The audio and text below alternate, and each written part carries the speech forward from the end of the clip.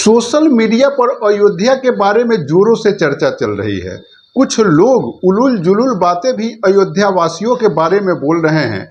कारण कि बीजेपी जो है आनन फानन में अयोध्या में रामलला की मंदिर की स्थापना करती है और बीजेपी का यह सोच होता है कि रामलला का मंदिर जब हम स्थापित कर देंगे तो हमें जो है पूरे भारत के लोग में हमारा आकर्षण बढ़ेगा और हम बेहताश बहुमत से अब की बार 2024 का चुनाव जीत पाएंगे। लेकिन अयोध्या के लोग ही बीजेपी को हरा देती है। इस पर जो है सरगर्मियां तेज हो जाती है और लोग उलूल जुलूल अयोध्या वासियों के बारे में बोलने लगते हैं। इसी पर मैं यह वीडियो लेकर के आया हूं कि आप जान लीजिए अयोध्या वासियों के इतिहास को। आपको जानना चाहिए किसी भी चीज को, उसके बाद प्रतिक्रिया देना चाहिए। मैं आपको बतलाते चलूं कि आप लोगों ने रामायण को संपूर्ण रूप से देखा होगा, समझा होगा, सुना होगा और यह भी आप लोग जानते होंगे कि जब सीता जी का स्वयंवर रचाया था उसमें अयोध्या के लोगों को निमंत्रण नहीं दिया गया था। पूरे दुनिया में निमंत्रण गया, लेकिन बगल के राज मिथिला और अयोध्या में कितना दूरी है सो आप समझ सकते हैं। और अयोध्या में खबर नहीं आता है और पूरे दुनिया में खबर जाता है। श्रीलंका से जो है रावण चले आते हैं, लेकिन अयोध्या में खबर नहीं आती है। आखिर क्यों? ये संपूर्ण रामायण में आप पढ़ेंगे तो कहीं भी इस बात की परिचर्चा नहीं मिलेगी। कहीं भी रामायण के लेखककार इस बारे में परिचर्चा नहीं किए हैं कि आखिर अयोध्या में खबर राजा जनक जी क्यों नहीं दिए। तो इसका एक लोकोचार है, कुछ लोगों का मत है, कुछ लोगों का बात है जो मैं आपको सुनाने का इस वीडियो में प्रयत्न करूंगा और निवेदन करूंगा कि इस वीडियो को लाइक शेयर जरूर करें और अगर चैनल पर नए हैं तो चैनल को सब्सक्राइब भी कर लें। तो चलिए हम उस बिंदु पर लिए चलते हैं। उस बिंदु पर लिए चलते हैं कि वह क्या कहानी है, वह क्या माजरा है कि राजा जनक संपूर्ण विश्व में उस सीता के स्वयंवर में आने के लिए लोगों को निमंत्रण किए, राजाओं को निमंत्रण किए, लेकिन अयोध्या में खबर नहीं दिए। तो इसमें लोकोचार है। लोकाचार का जो कहानी है उस कहानी को मैं सुनाने का प्रयत्न करता हूं कि एक बार जो है कोई व्यक्ति अपने ससुराल जा रहा था और ससुराल जा रहा था तो ससुराल जब नया नया व्यक्ति जाता है तो थोड़ा सा बन सन के जाता है, थोड़ा सा वह दाढ़ी वगैरह बनवाएगा, अच्छा कपड़ा पहनेगा, सज धज के। प्रथम बार कोई भी ससुराल जाता है तो थोड़ा सा सज धज के जाता है। तो वो भी व्यक्ति, उस समय की बात थी जिस समय कपड़ा बहुत कम हुआ करता था, उस समय वह व्यक्ति अच्छा कपड़ा बनवाता है, अच्छा से अपने शरीर का साफ सफाई करता है और बन सन के जो है ससुराल के लिए प्रस्थान करता है। जब वह ससुराल के लिए प्रस्थान करता है और रास्ते में एक कीचड़ में एक गाय फंसा हुआ रहती है, तो यह व्यक्ति देखता है कि मैं उस गाय को बचाने का प्रयत्न करूंगा तो मेरे कपड़े में कीचड़ लग जाएगा और मैं ससुराल कैसे जा पाऊंगा। तो वह इसी उधेर बिन में था। फिर उसके माइंड में यह बात आता है और वह कीचड़ में फंसे गाय के पीठ पर पैर रखता है और वह पार कर जाता है। और उसके पैर रखने से उस कीचड़ में और भी वह गाय धंस जाती है और जब वह गाय धंस जाती है तो उस गाय के अंदर से एक श्राप निकलता है कि जाओ, तुम जिस कारण से मुझे इस कीचड़ से नहीं निकाले हो उसका तुम मुंह नहीं देख पाओगे। अगर उसका तुम मुंह देख पाओगे तो या तो वह मर जाएगी और नहीं तो तुम मर जाओगे। वो यह श्राप दे देती है वह गाय और वह व्यक्ति वहाँ से श्राप लिए चला जाता है, अपने ससुराल पहुँचता है। ससुराल पहुंचने की बेताबी होती है। इधर गाय जो है उस कीचड़ में फंस कर मर जाती है, लेकिन वह व्यक्ति ससुराल पहुंचता है। और पहले तो बेताबी थी कि हम उसे देखें, जब जैसे ही गाय का श्राप मिलता है वैसे ही वह जो है अब पत्नी को देखना कैसे पसंद करेगा। उसके दिमाग में है कि देखेंगे तो या तो वह मर जाएगी, नहीं तो हम मर जाएंगे। अब उधर पत्नी है, इधर ये है, सभी चीज़ें होता है, लेकिन यह पत्नी को देखना नहीं चाहता है। अब ससुराल में ये घमासान सा हो जाता है कि भाई माजरा क्या है। तब बहुत सारे लोग एकत्रित हो जाते हैं और उससे पूछा जाता है कि आखिर माजरा क्या है।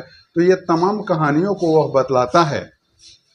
लेकिन कुछ लोग कहते हैं कि नहीं, इस सब से कुछ नहीं होता है, ये सब फेर में पड़ने का आवश्यकता नहीं है। तो वह पत्नी को देखता है। जब वह पत्नी को देखता है तो पत्नी मरती तो नहीं है, लेकिन दोनों आंख से अंधी हो जाती है। वह पत्नी इसको देख नहीं पाती है। अब जब अंधी हो जाती है तो तमाम तरह से अब उपचार के फेर में लोग पड़ते हैं। बड़े बड़े ऋषि महर्षियों को बुलाया जाता है। अब ऋषि महर्षि जब आते हैं तो उसमें वह एक कहते हैं कि अगर कोई पतिव्रता हो, तो कोई पतिव्रता हो, वह पतिव्रता जो है आकर के इसके आँख पर हाथ फेर देगी तो यह ठीक हो जाएगी।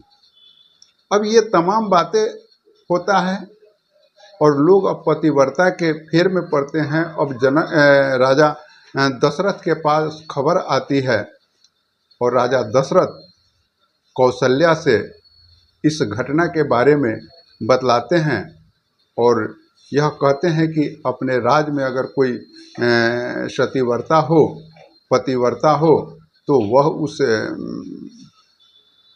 औरत का कल्याण कर सकती है। ये तमाम चीज़ें होती है। रानी कौशल्या कहती है कि हे स्वामी, आप किस फेर में पड़े हैं?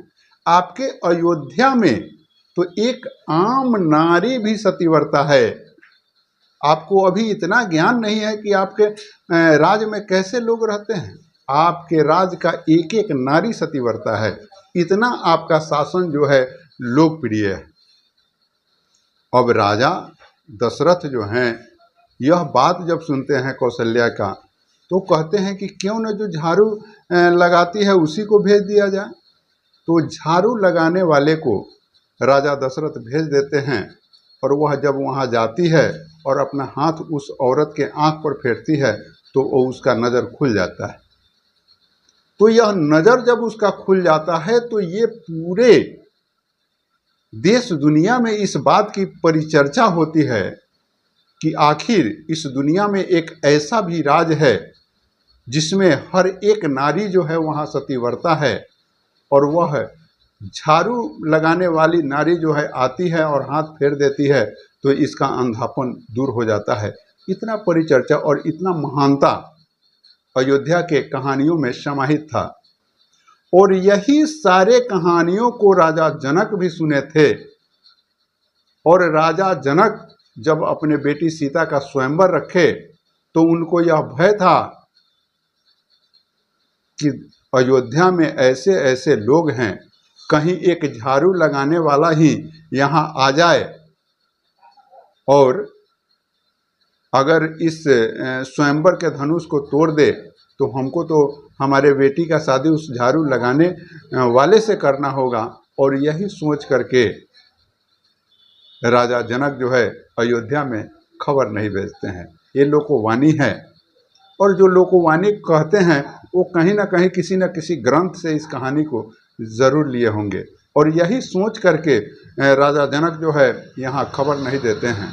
देखिए अयोध्या वासियों का कितना बड़का इतिहास समाहित है, और इतने बड़का इतिहास जो अपने आप में धारण किया है उसको लोग ऐसे ही उलूल जुलूल गाली पकड़ी देते हैं कि अयोध्या के लोग बेईमान है, अयोध्या के लोग का ईमान नहीं है। इतना बड़का काम जो है नरेंद्र मोदी कर दिए, लेकिन फिर भी बीजेपी को वहाँ के लोग हरा दिए। तो मैं आपको बतलाना चाहता हूँ इस वीडियो के माध्यम से कि अयोध्या के लोग आज से कई एक हजार वर्ष पूर्व जो है चतुर थे, तो आज मूर्ख कैसे हो जाएंगे।